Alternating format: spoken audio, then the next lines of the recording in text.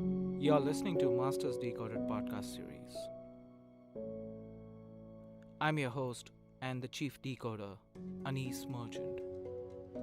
Through this podcast, I bring in guests who are successful in a different walk of life to decode and map out their careers and journeys with the hope that we gain all our learnings. The world around us is changing exponentially, and how the impact of artificial intelligence, technology, and other socio-economic factors have either influenced or enhanced my guests' careers.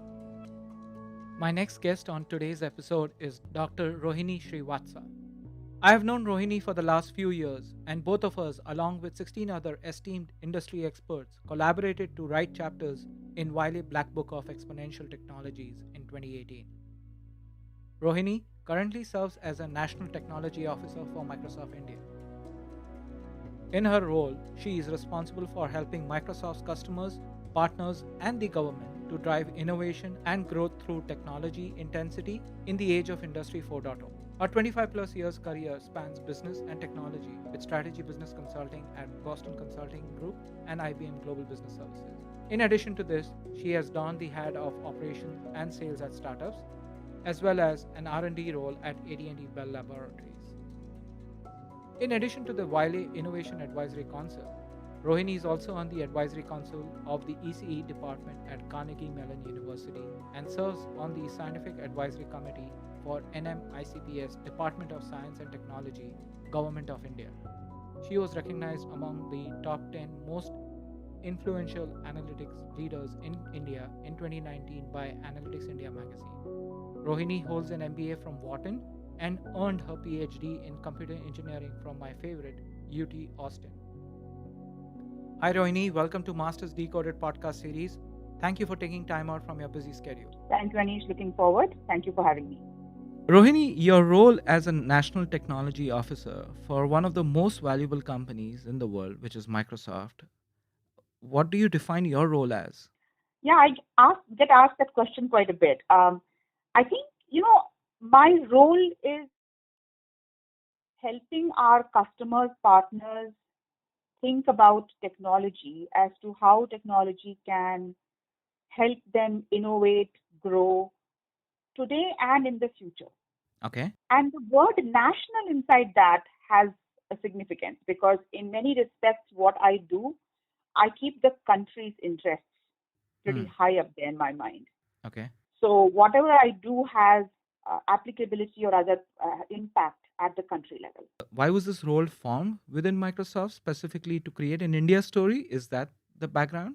No, I wouldn't say it's an industry thing. I think in a way, Microsoft, from our overall mission perspective, is thinking bigger about the empowerment of every person and organization on the planet, right? And I think the thinking that there needs to be somebody who's deep into technology and thinks strategically, working with the country's priorities, because every country is at a different journey, has different priorities, has economic, social, geopolitical, different dimensions to it.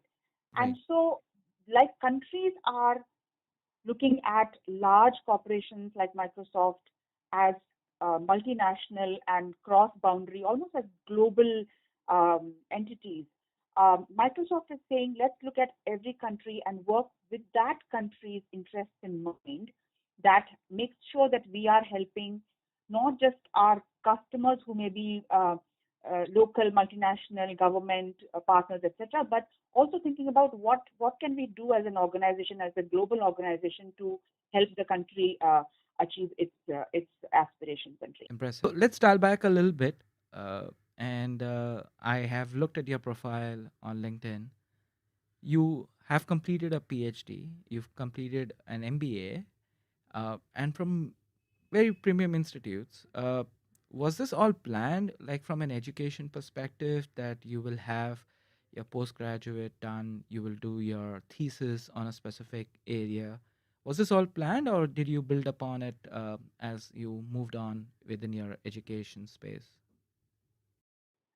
So it's a good question, and it's not planned from the beginning. One Okay. of the quotes that Steve Jobs makes, the dots get connected looking behind, Yeah. um, and it's hard to connect the dots looking forward. But you have to trust your instincts, you have to trust your thinking, and you have to follow your heart. Of course, it was impossible to connect the dots looking forward when I was in college, but it was very, very clear looking backwards 10 years later. Again, you can't connect the dots looking forward. You can only connect them looking backwards. So you have to trust that the dots will somehow connect in your future. You have to trust in something, your gut, destiny, life, karma, whatever. Because believing that the dots will connect down the road will give you the confidence to follow your heart, even when it leads you off the well-worn path. And that will make all the difference. Um, I think in some ways my master's and PhD were at a time when I was deeply driven by um, technical excellence, driving into problems and thinking about the forefront of, or other frontier of knowledge, and trying to find new answers to new knowledge.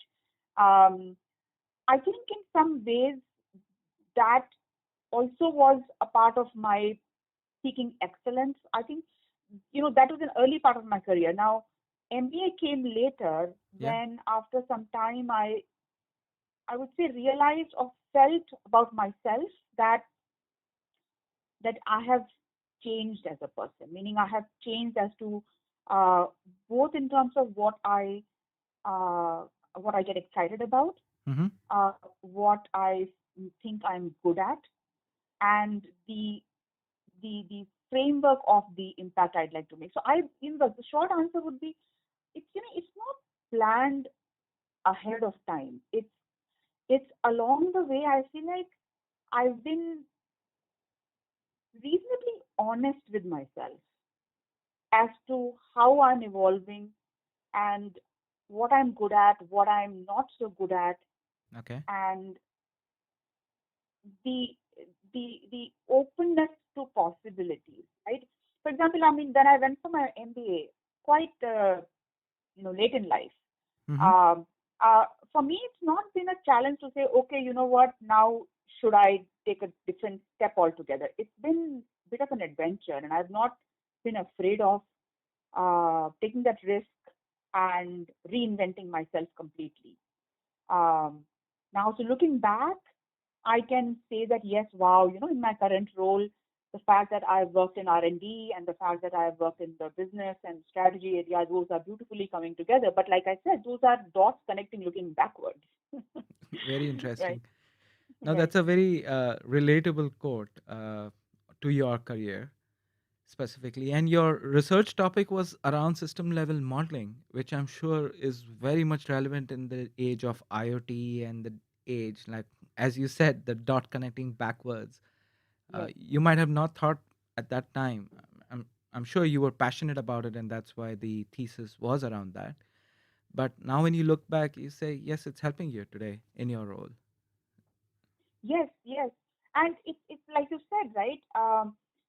Things that I was supremely passionate about in my undergrad days, in fact. Mm-hmm. Instrumentation and sensors and actuators and control systems. I remember going out to um, pneumatic control systems, to BHEL R&D, and multiple organizations to learn about instrumentation. And that's something my dad used to be very strong about. He would always nudge me that there is open house happening in this R&D organization, or go to a factory and learn how the transformer is made. So Wow. I would go out, and he nudged me to just go out and learn things, how they work, why they work, by myself observing that, even as an undergrad, in Hyderabad. Um, but to your point, now when you talk about IoT, and it's like a full circle, right? Because Yep. it's all about these sensors, actuators getting connected now, of course, with the cloud, and with ability to analyze the data and be able to bring in algorithms into it. But to me, I think these are the dots getting connected, um, and just excites me about the potential out there, because I see just in a matter of 2.5, 3 decades, what an amazing leap technology has made. And given these are exponential ones, the possibilities of where this is going is unimaginable, right? So it's just Yep. it's that passion, as well as being able to see what is what I couldn't have imagined has happened, and therefore, if I were to extrapolate and try to think what could happen, Yeah. the possibilities, right? On the PhD and the thesis aspect, one of the trend Yes. I am seeing today, many people, and specifically people who have an inclination, who have a passion, but because of the way uh, the world is evolving at a rapid pace, somewhere PhD or getting into doing a thesis is also fading away. Do you agree to that? Um, I look, for me, right? PhD is anyway not a very mainstream pursuit. Yeah. It's a very small group of people who go about for a PhD, even from graduate school. Yeah. I mean, the number of people who go and do a master's, out of them, what I mean, 5-10% do a PhD. I mean, it's a very, very small number. So to be able to say that there is a very broad trend, it's, I mean, it's hard to comment. But I would say one thing, that I think the nature of even research in the academia, right? So, for Mm-hmm. example, I am on the advisory committee for Carnegie Mellon University Electrical Computer Engineering Department. My PhD advisor is now the head of the department, so I'm on his advisory council. But anyway, and in a sense, get a sense for how Carnegie Mellon is thinking about research and the way forward, and academia and courses and collaboration, etc. Right? Yeah. And of course, in that forum, one is discussing all the other major universities around the country, around the U.S. and around the world, as how trends are going. So I don't think PhD is by itself to be singled out. To me, I think two things are happening. One is that the need for collaboration between industry and academia is becoming stronger. If there was ever a time it was less strong, right? It was Hmm. always strong. I think it's becoming even more strong now, because the problems are so multidisciplinary, Yeah. and the technology and the context of the problems are so important to understand that solving them in isolation in academia is going to be harder and harder. Mm-hmm. So I think that collaboration point is important. Okay. Then second point, I would say from a degree perspective, right? I think PhD, and my advisor used to say that uh, PhD doesn't teach you what to learn; it teaches you how to learn. Hmm. Very interesting. It teaches you how to learn a topic that you've never dealt with before, and be courageous enough to go forward in that area, even if nobody else has explored it. Hmm. And so you learn to have the tenacity to go it alone and explore, and that is the quality. It's not a degree. Yep. Okay. Very interesting, that thought on how to learn.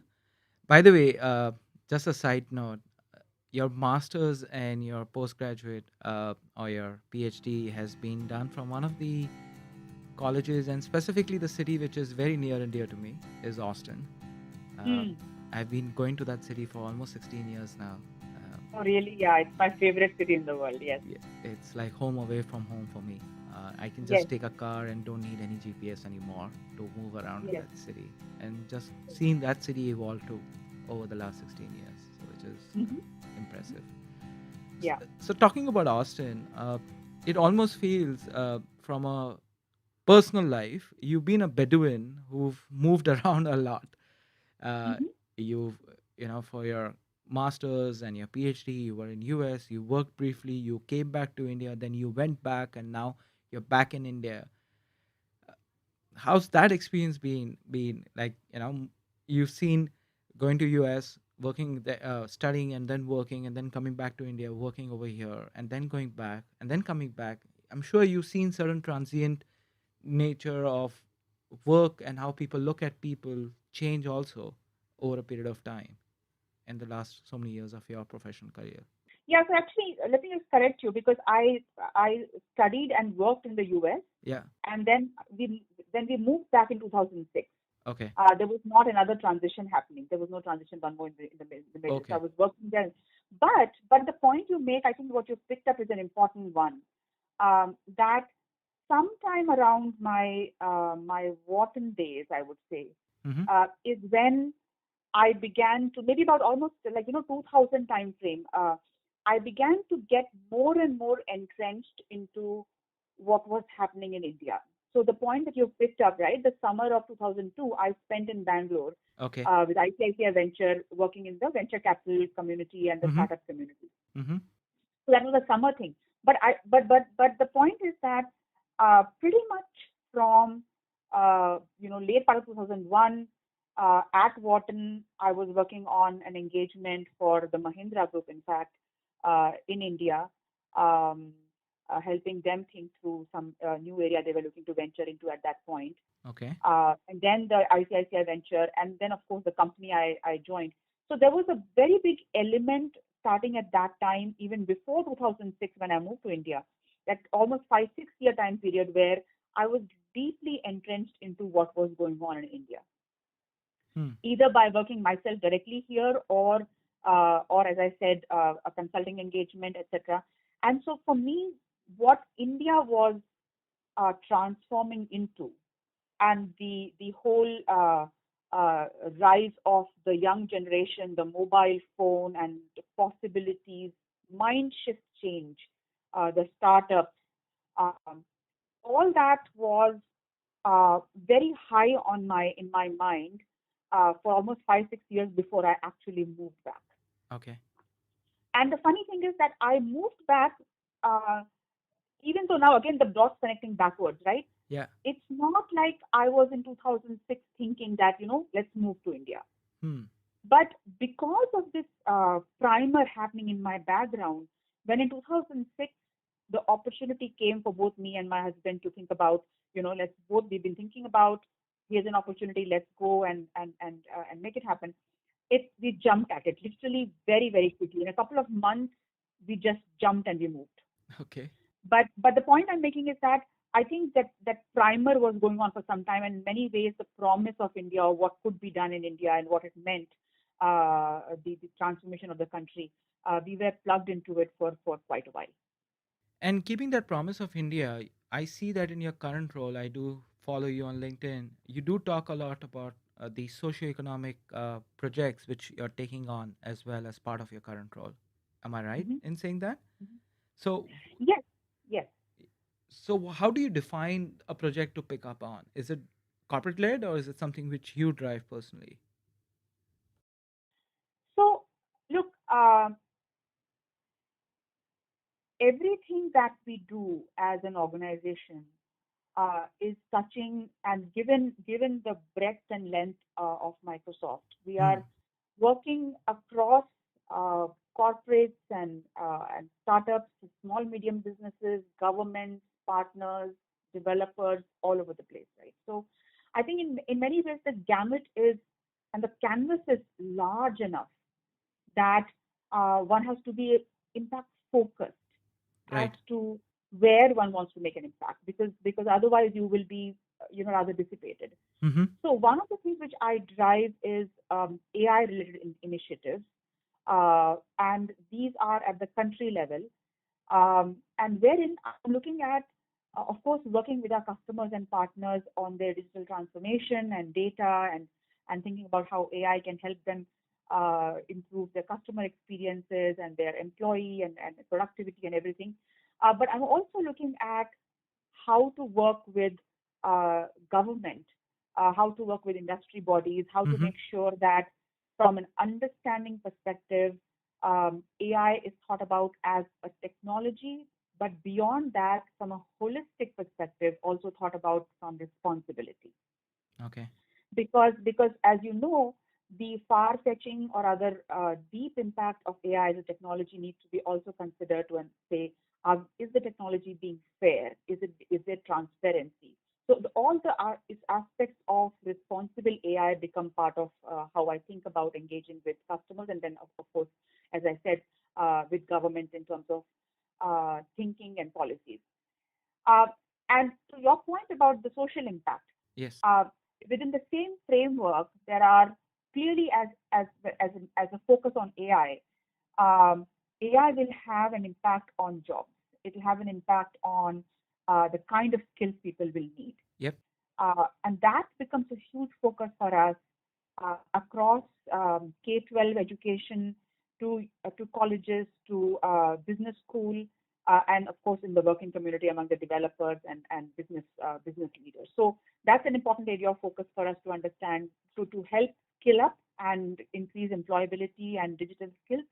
And finally, in the social impact side, we are working with our large customers like State Bank of India, uh, and many others that we are in the process of going deeper with on areas that they care about from a Oh, social impact perspective, right? okay. So recently, the partnership that we had launched with SBI, because SBI cares a lot about employability of people with disabilities. Hmm. And Microsoft has technologies that can help on accessibility. Yep. Uh, and in a way, we see that as an amazing partnership to bring AI, which is for accessibility, into the hands of the likes of our customers, like SBI, as I mentioned, who have similar interests and partner on making the social impact.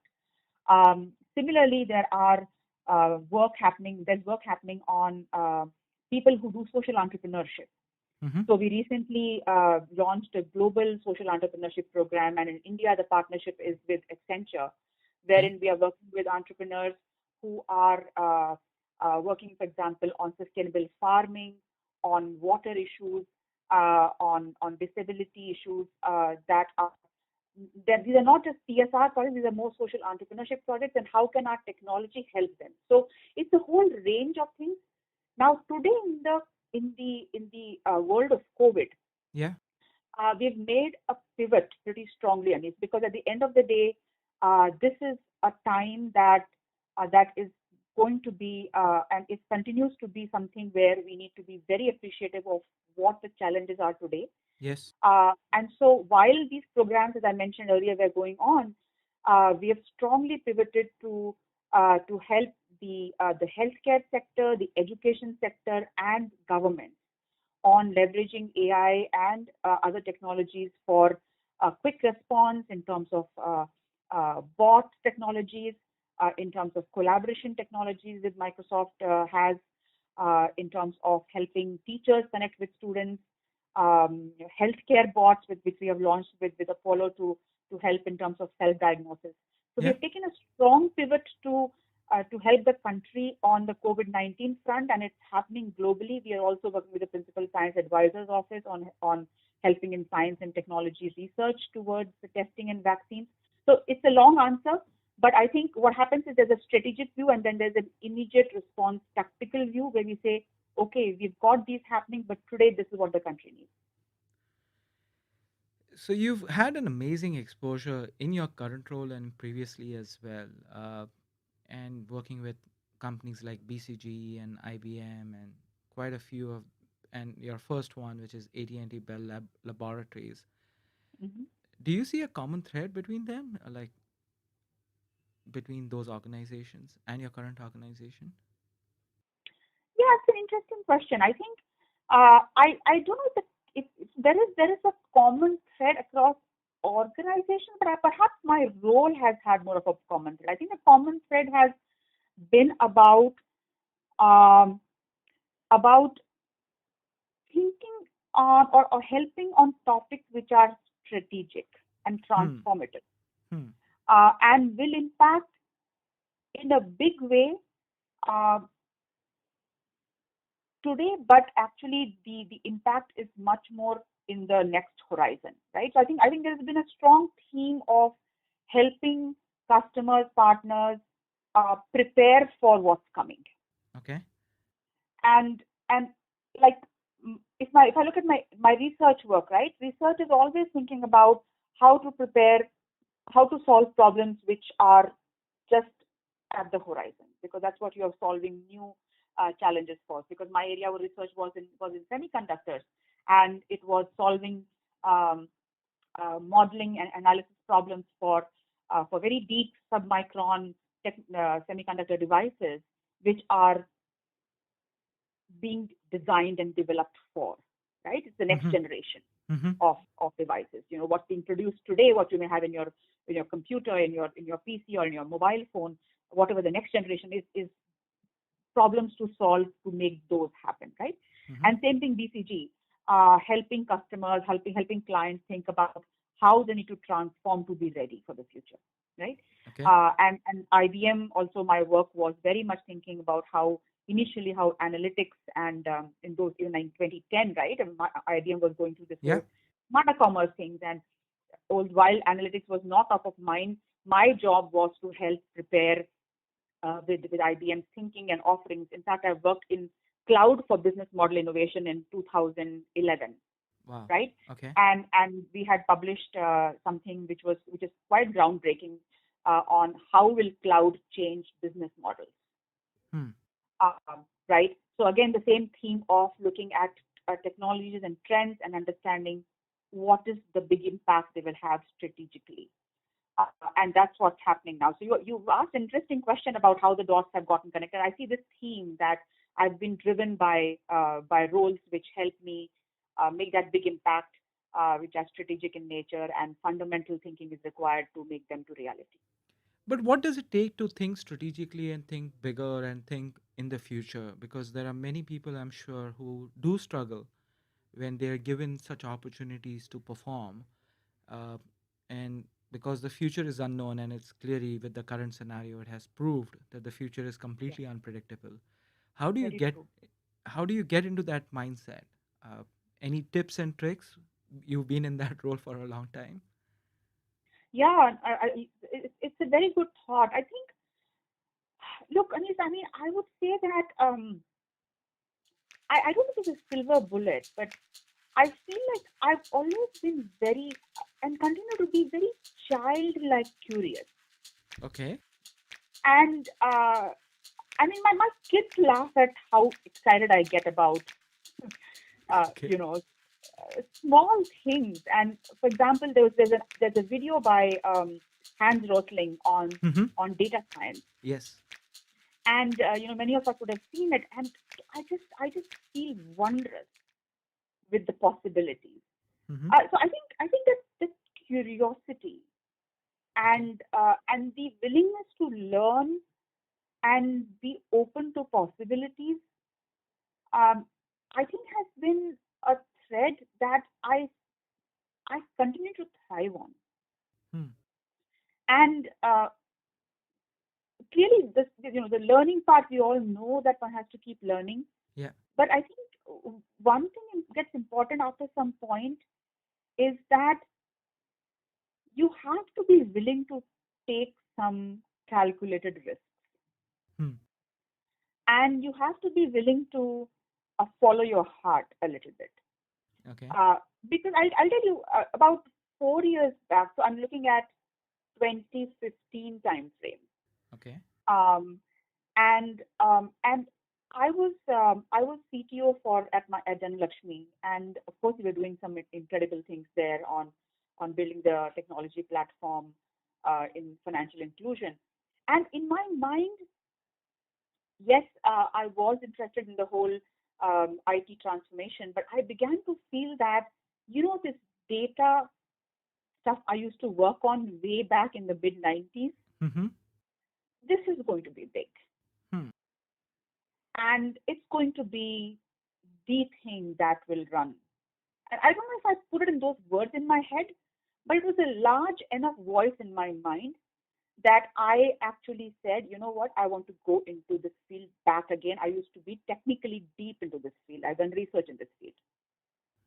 And I took off and spent about almost 6 to 8 months going back and getting back into MATLAB and S coding and then getting into Python. Yeah, I went back and recoded what I used to be coding backpropagation myself, right? Wow. Okay. And I said, I've got to get back technical, and after being for almost a decade into the consulting life, right? And as a CTO. Mm-hmm. But I took a call to say, this is going to be big, and I think that period of uh, of uh, of dwelling on the algorithms and refreshing myself and getting back into how this data and analytics world is going to change is what shifted my career from, of course, was still in technology, but shifted much more towards data analytics and AI. So what I'm trying to say is that I think there have been places where I've been willing to push myself and learn stuff that I would say quite a few people would feel that, this is something I should do in college. Yeah. But I'm quite happy sitting and learning, and learning to code and going back into equations, and taking some risks to say, I really do believe this is going to be the big thing. Okay. And after a period of time, right? After a period of time, you start to trust your gut more. Yep. Right, early on, you kind of wonder, is this, are you thinking something, is that just, but over a period of time, I think I've learned to realize that I do have a pretty reasonable instinct. So the childlike curiosity, gut, uh, and thinking from your heart, these are very interesting nuggets from this conversation. Yeah, and of course, continuing to be humble enough to learn. I remember when Janlakshmi had initially joined, I told my team that, teach me core banking 101. Just teach me, like, I don't understand this at all. Just please teach me from the beginning. Okay, that's a bold step, coming in as a CTO for a bank, and that also a Yeah, very respected bank. So it's yeah, hard to see for executives to do that at that level, yeah, yeah. because I think it's the very empowering. I think two things is very empowering. Two things. What happens is that, one, you've made yourself really accessible to your team yeah. because you've made yourself vulnerable, Hmm. and you've made yourself accessible to your team. You've shown your humility, and it has to be genuine. It can't be fake. Yeah. Because people see through you, right? Everybody sees through you, so it has to be genuine. And so it's a real win-win. One is I get to learn something, Yeah. and I've made myself accessible to my team, and my team, the person who was taking me to those sessions, it's a big morale booster, Yeah. right? It's a big morale booster. It's a huge confidence builder. So I go to people and say, teach me. I really don't get this stuff. Impressive. That's being humble, I would say, Rohini. And I would really take that and share that with larger people in my career as well. So, Yeah. changing gears a little bit, you did speak about when you were planning to move to India, your husband and you took a big leap of faith, and as you spoke about your children as well. So Mm-hmm. how, and you spoke about your father, how he motivated you to, get a little bit deeper into technology in a very different way. Mm-hmm. So I see a big influence of family on your career. Mm-hmm. Correct me Yeah. if I'm wrong. So what do you see as an influence in career for you by family? No, from family. Yeah. I think. Look, my parents, and I mentioned my dad, my Yeah. mom. They both have been, I would say, my role models, and continue to be my north. As I mentioned, my dad is a retired army officer, Okay. uh, and an engineer, and after retiring for the last almost a decade and a half, he's been deeply engaged in social work, working with children in remote schools, and motivating them, teaching them values, the value of country, the value of education, respect for parents. I mean, just fundamental uh, principles and values as a citizen. Hmm. Um, and his deep sense of curiosity and wonder Okay. for not just technology, but for the world around, for historic monuments, for for the for the cosmos. I mean, we've just grown up. When I see me and my sister, we grew up with this amazing wonderment about the world. And my mother is a Sanskrit scholar Oh, wow. and a teacher. Okay. Yeah, and a teacher and a philosopher with deep sense of understanding of Indian ethos, principles, our culture, our history. So in a way, they both have been a tremendous influence on my values and my sense of grounding and my sense of purpose. Um, my husband and my children, my in-laws, my extended family have been tremendously supportive. My husband is himself a PhD, Hmm. and his earlier career was himself in research, but then he's moved to startup world, and he's been now for the last I don't know what 20-25 years has been pretty much a startup venture capital in that ecosystem.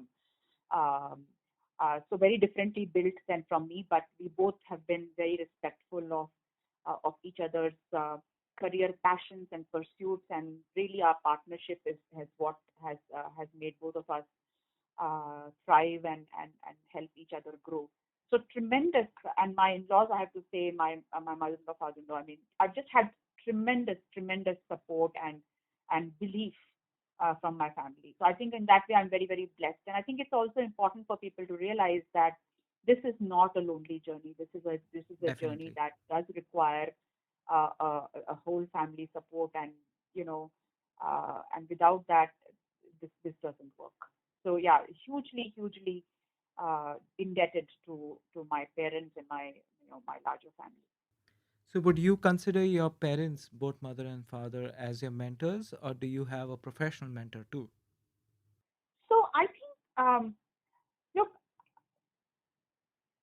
I've not had one single mentor Okay. from a professional perspective. I've had a series of leaders who I have deeply admired, and fortunately, there have been people who I have worked with closely, and so there has been an informal mentorship relationship.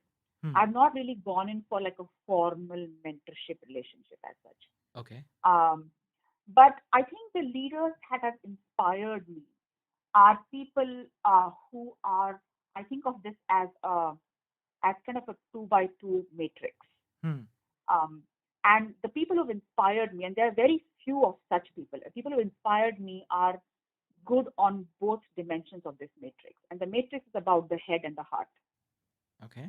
Um, the head part is people who are on the intellect dimension, right? Hmm. They are strong, and on that dimension they excel.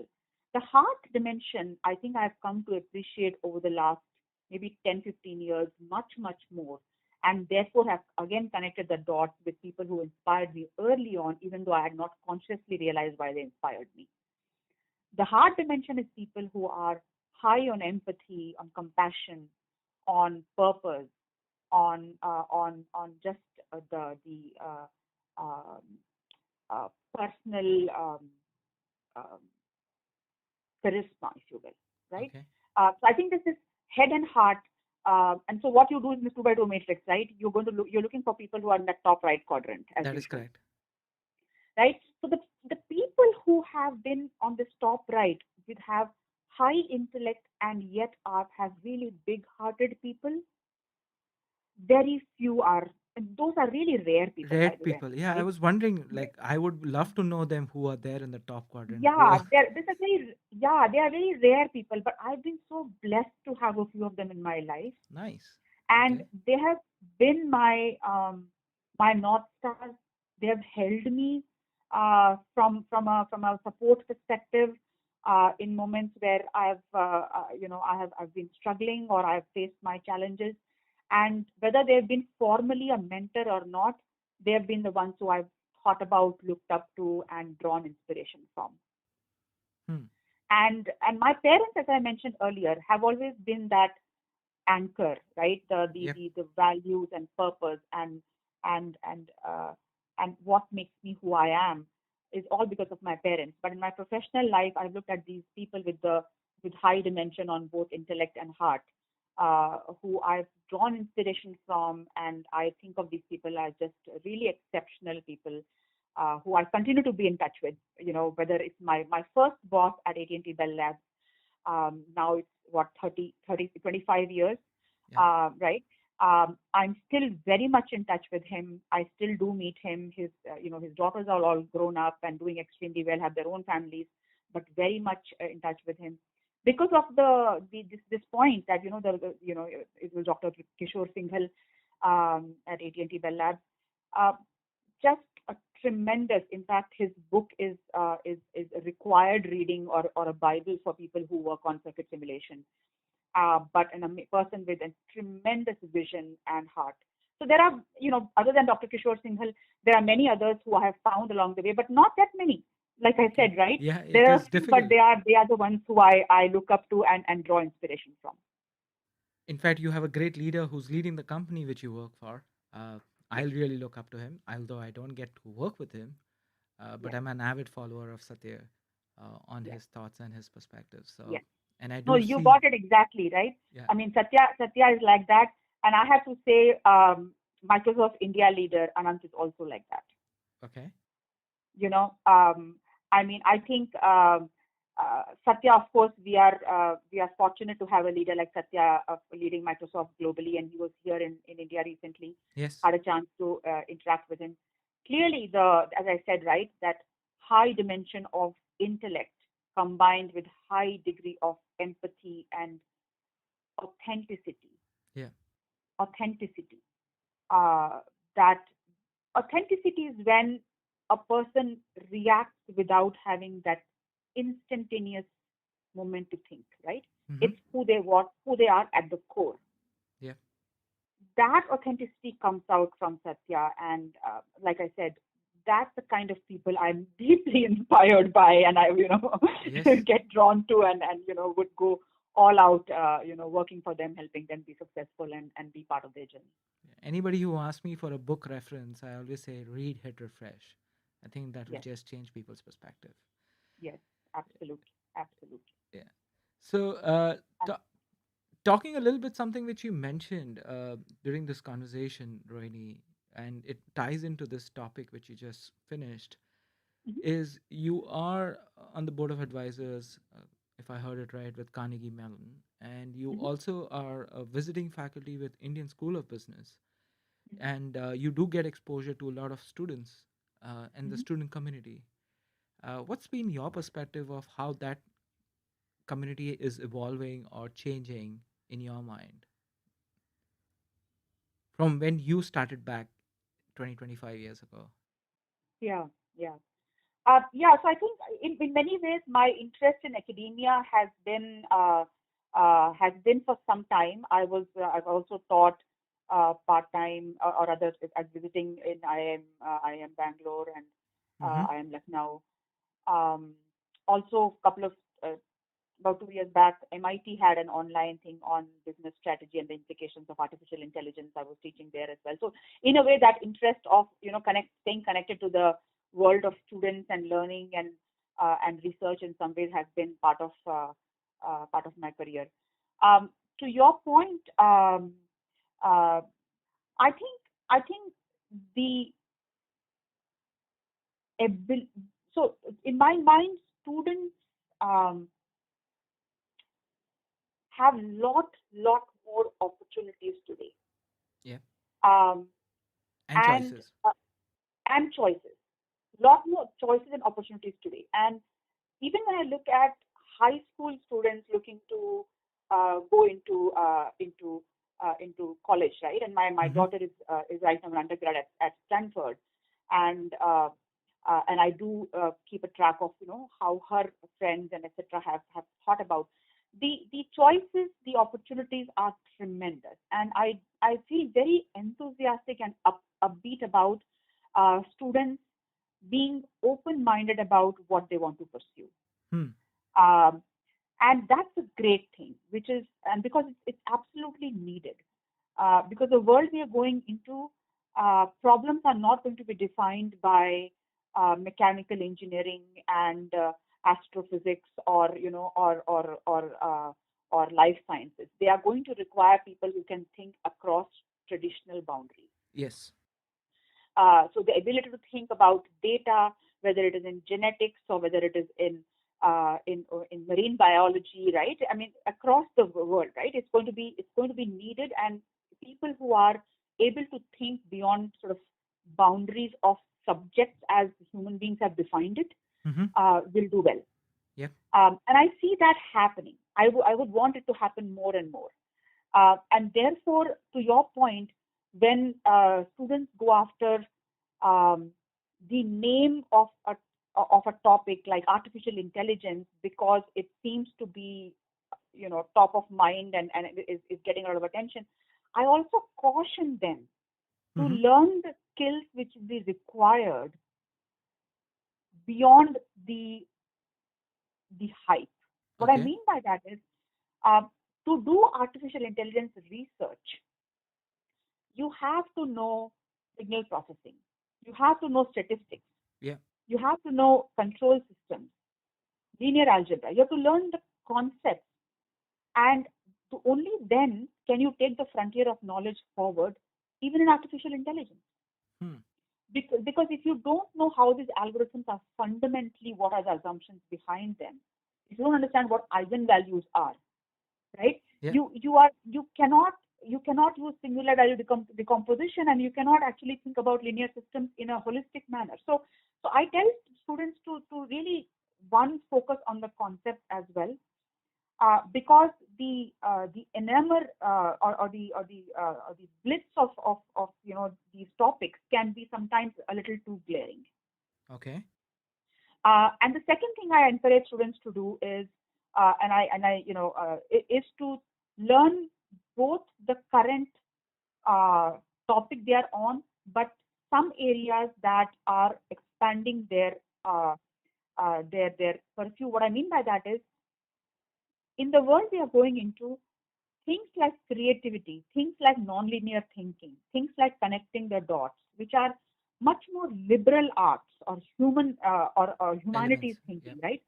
Those will become important because that's what machines will not be able to do. Agreed. So, right? So I also tell people, figure out a side of you that is pushing the right side of your brain, if you will, right?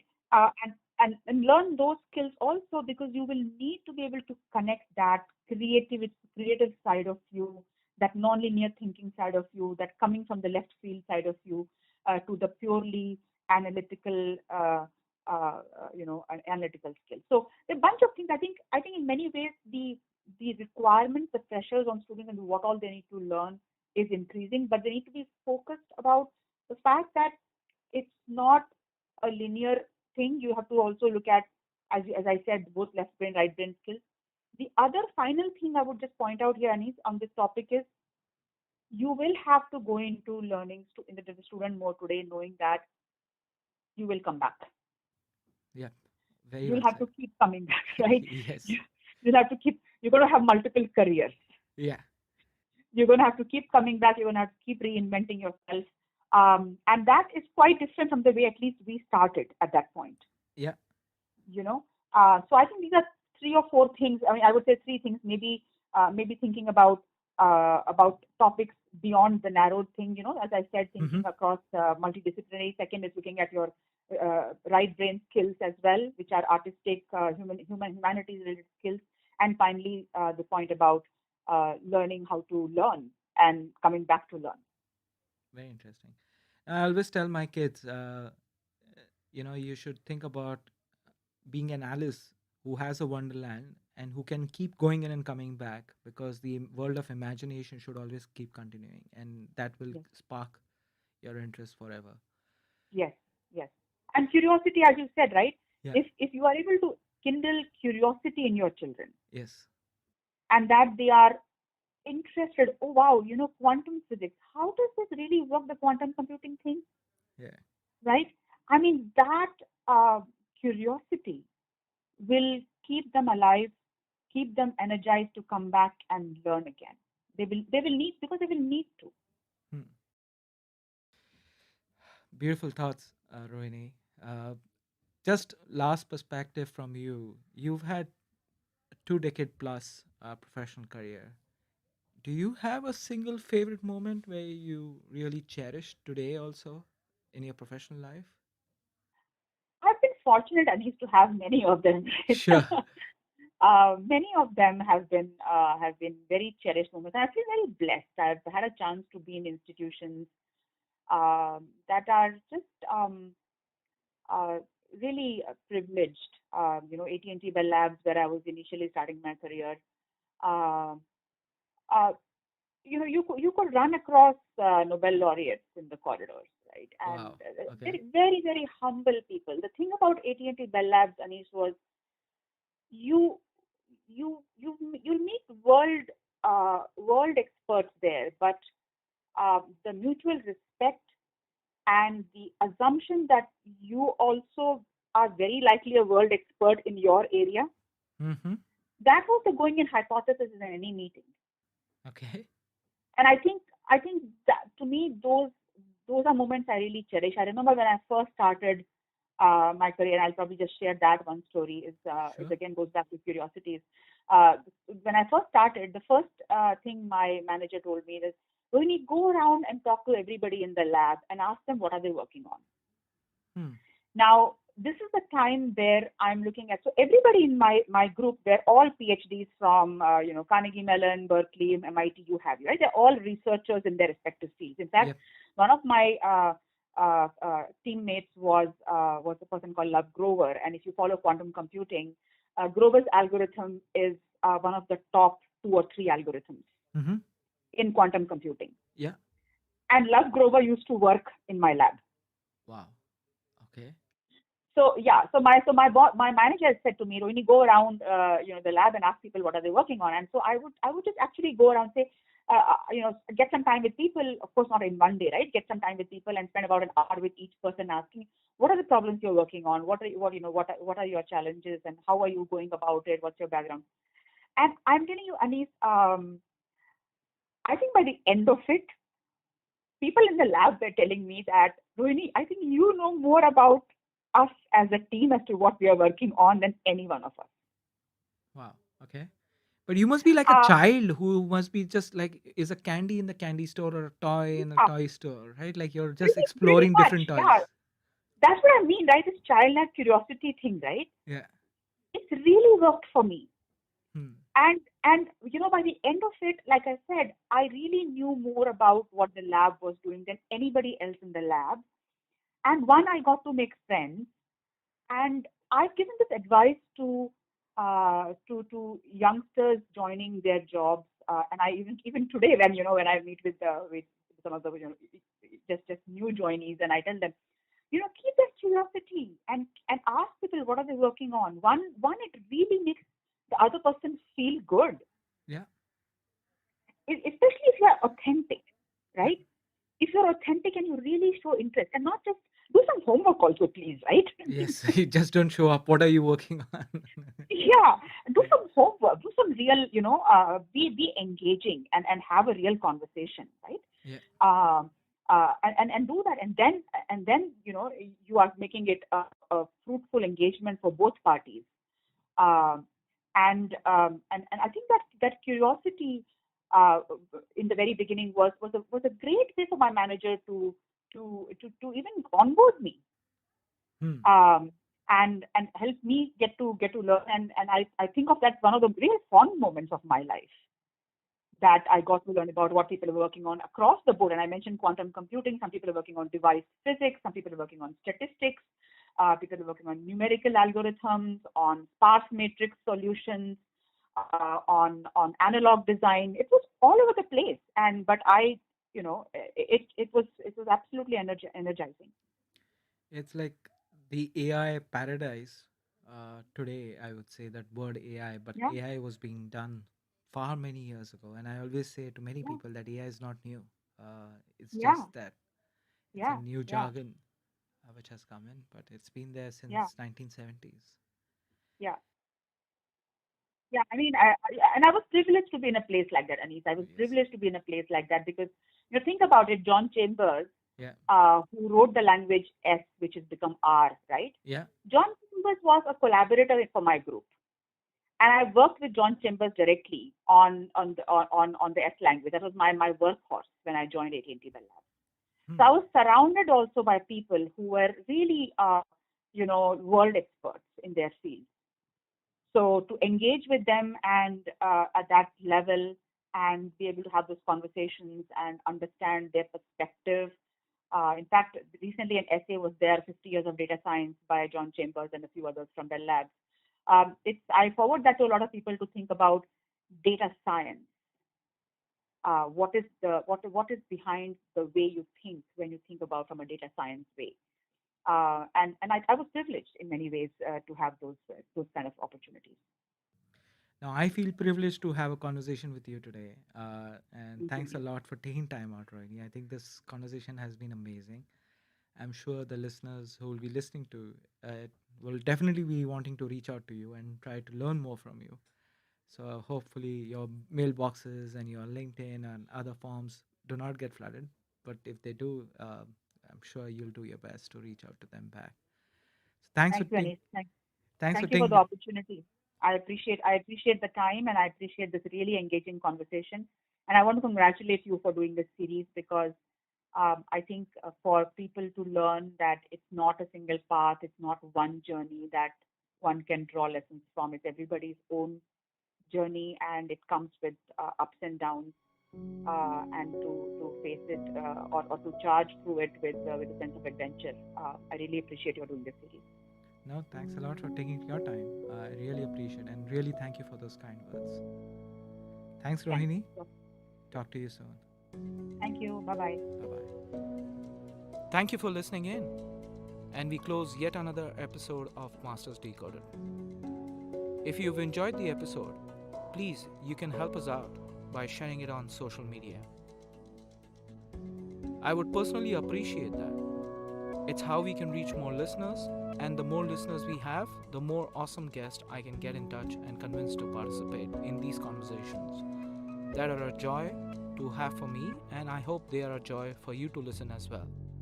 You can also help a lot leaving reviews on iTunes or your podcast service of choice. Reviews are surprisingly helpful in supporting the podcast to get to more listeners. If this episode has intrigued you, I would request you to subscribe to the podcast to stay up to date and get notified to the future episodes. With that, I bid you and see you in the next episode.